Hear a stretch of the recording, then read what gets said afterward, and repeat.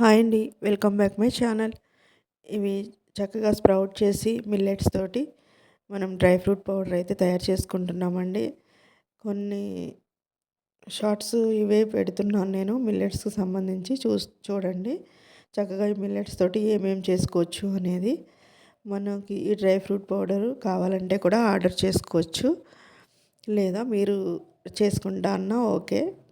చక్కగా ఇలా స్ప్రౌట్స్ వచ్చిన తర్వాత ఇలా చేసేసి ఆరబెట్టుకుని చక్కగా వీటితో మనం ఏమైనా ఉపయోగించుకోవచ్చు. ఇలా పిండి ఆడించుకున్నా సరే మనం చాలా రకాల వంటకాలు చేసుకోవచ్చు. నేను ఇందులో చూపిస్తున్నాను ఒకటి, మీరు కూడా చూడండి.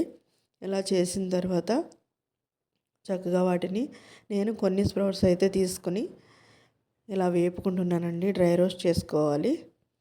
చక్కగా మెదుగా సిమ్లో పెట్టి చేసుకున్న తర్వాత ఇవి పక్కన పెట్టేసుకుని ఇప్పుడు ఇందులో ఈ డ్రై ఫ్రూట్స్ కూడా వేసుకుంటున్నాను. బాదాము, సన్ఫ్లవరు, కాజు,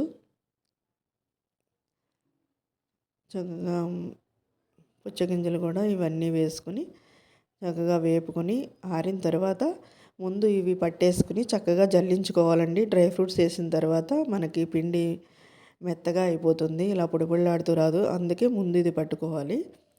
ఇది పట్టుకుని జల్లించుకున్న తర్వాత అప్పుడు ఈ డ్రై ఫ్రూట్స్ని అయితే వేసుకుని చక్కగా మెత్తగా పట్టేసుకుని మొత్తం కూడా మిక్స్ చేసేసుకుని మనం చక్కగా పిల్లలకు కానీ పెద్దవాళ్ళకి కానీ, పిల్లలకు కూడా ఎముక పుష్టి, అసలు కాలుష్యం తగ్గటం ఇలాంటివి ఏమీ ఉండవండి. ఇది రోజు ఒక గ్లాస్ ఇచ్చారంటే చాలా బలంగా ఉంటారు పిల్లలు కూడా.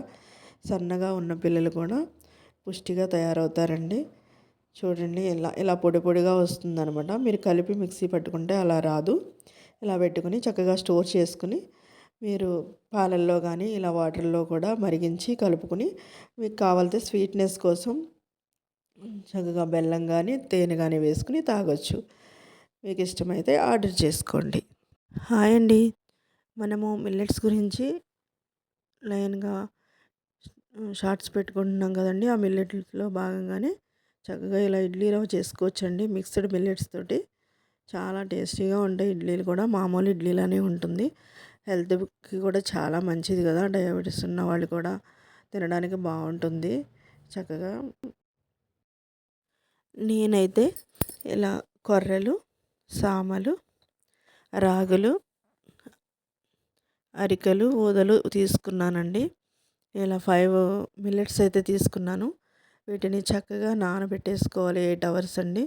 ఫస్ట్ కడిగేసుకుని అప్పుడు నానబెట్టుకుని 8 అవర్స్ తర్వాత మళ్ళీ 1-2 సార్లు కడిగేసుకుని అప్పుడు ఎండబెట్టుకుంటే మిల్లెట్స్ చక్కగా మనకి రవ్వ పట్టుకోవడానికి బాగుంటుంది. రవ్వ రెడీగా ఉందనుకోండి, ఎప్పటికప్పుడు ఇలా ఇడ్లీ వేసేసుకోవచ్చు అనమాట. మామూలు రవ్వలానే.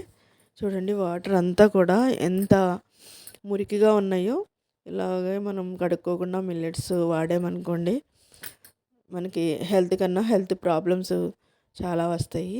చూడండి, నేను 5-6 సార్లు కడిగిన తర్వాత ఇలా ఉన్నాయన్నమాట నీట్గాను. ఇలా ఉన్నప్పుడు ఇలా నానబెట్టేసుకుని తర్వాత కడిగేసుకుని ఎండబెట్టేసుకుని ఇలా రవ్వ పట్టేసుకోవాలి. చూడండి, ఇలా డైరెక్ట్గా రవ్వ వేసేసుకోవచ్చు. కొంచెం సేపు 10 నిమిషాలు నాననిచ్చి మనం రవ్వ మామూలుగా కలిపేసుకోవచ్చు అనమాట. ఇలా మీరు చేసుకోగలిగితే చేసుకోండి, లేదంటే వాట్సాప్లో కాంటాక్ట్ అవ్వండి, మేము కూడా ఇస్తాము.